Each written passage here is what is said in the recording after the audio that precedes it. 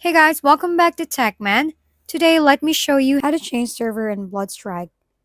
I remember logging into BLOODSTRIKE for the first time and immediately wondering how to pick a server, but surprisingly, there isn't one. The game automatically assigns you a server based on your location. So if you're in Asia, you'll land on the Asian server, and the same logic applies for other regions. I even double checked with customer service by searching server just to be sure, and they confirm it. There's no manual option to switch servers in the game.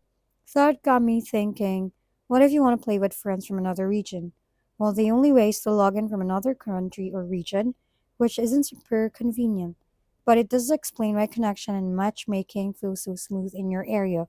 So while it limits flexibility, it ensures a better experience locally, and now you know how the system really works. If we've been helpful, kindly give us a thumbs up, and don't forget to hit the subscribe and bell button for more contents.